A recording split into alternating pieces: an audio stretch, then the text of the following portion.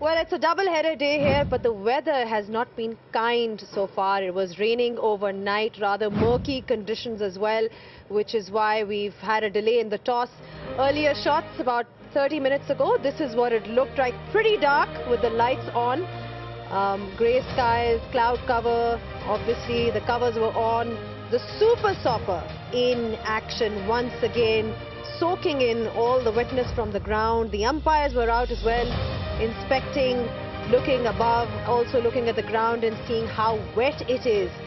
It was rather murky, like I said, half an hour ago. But, however, I have to say that the good news is that it has gone brighter. These are live shots coming your way just right now. The covers are coming off from the ground.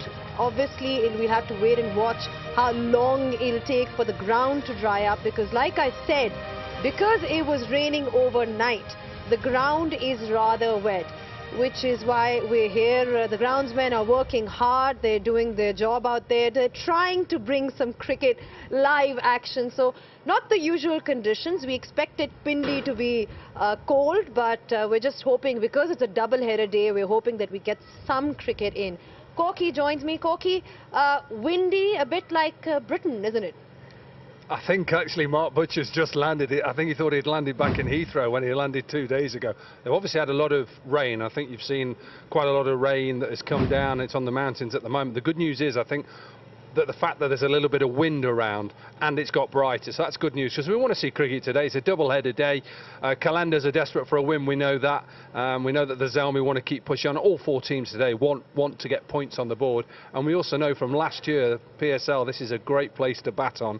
High totals. Let's hope we can get some, well, at least a couple of, even if they're not full games, at least we get at least 15 overs aside, and then we'll see who's the best on the day. Well, definitely. I mean, just going by what we are seeing right now, you never know with the weather. It's always unpredictable, but it does look a little bit more promising for those that are watching. But this game and the doubleheader generally is so important because of what we are seeing here right now. It's the top four that will make it to the playoffs, and there's plenty at stake for Peshawar Zalmi, Islamabad United.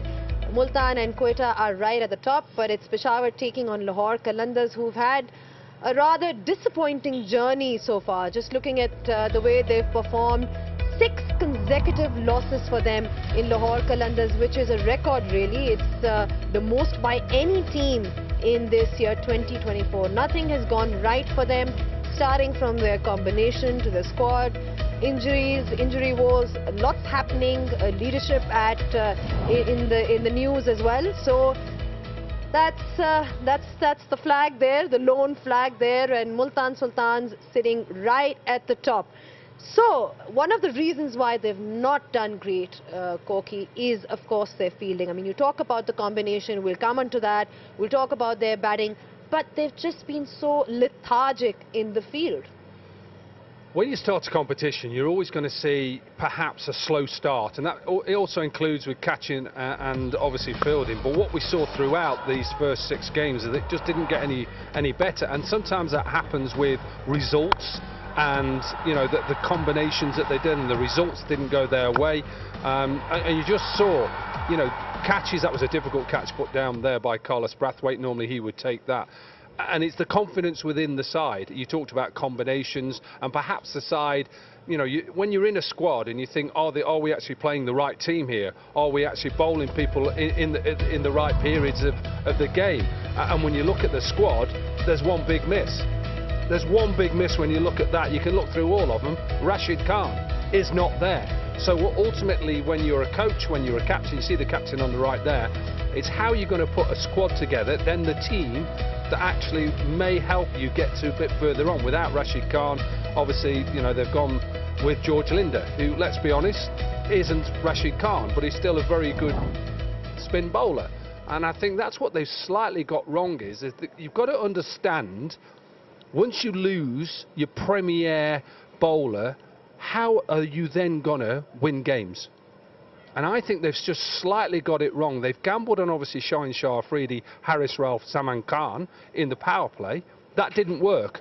After 2 games, Aqib Javid, Shaheen Shah Afridi should have got together and gone, right, hang on, this isn't working. We need to go with a spin option in the power play.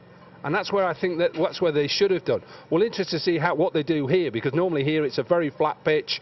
That looks a decent pitch. I know that the umpires are desperately trying to look at time and see when we can start. But going back on the Qalandars, it's getting the combinations right in your side, but then also being able to work out how we're going to win this game. And I honestly just thought that the fact that they should have bowled a bit more spin in the power play. I can't believe Carlos Brathwaite isn't up the order. He's one of the most powerful cricketers with the bat. There's certain things, Sikandar Raza, why they haven't bowled in more. There's so many things you can look at it and say they haven't got it quite right. But in the Zalmi on the other side, you know, they're doing okay.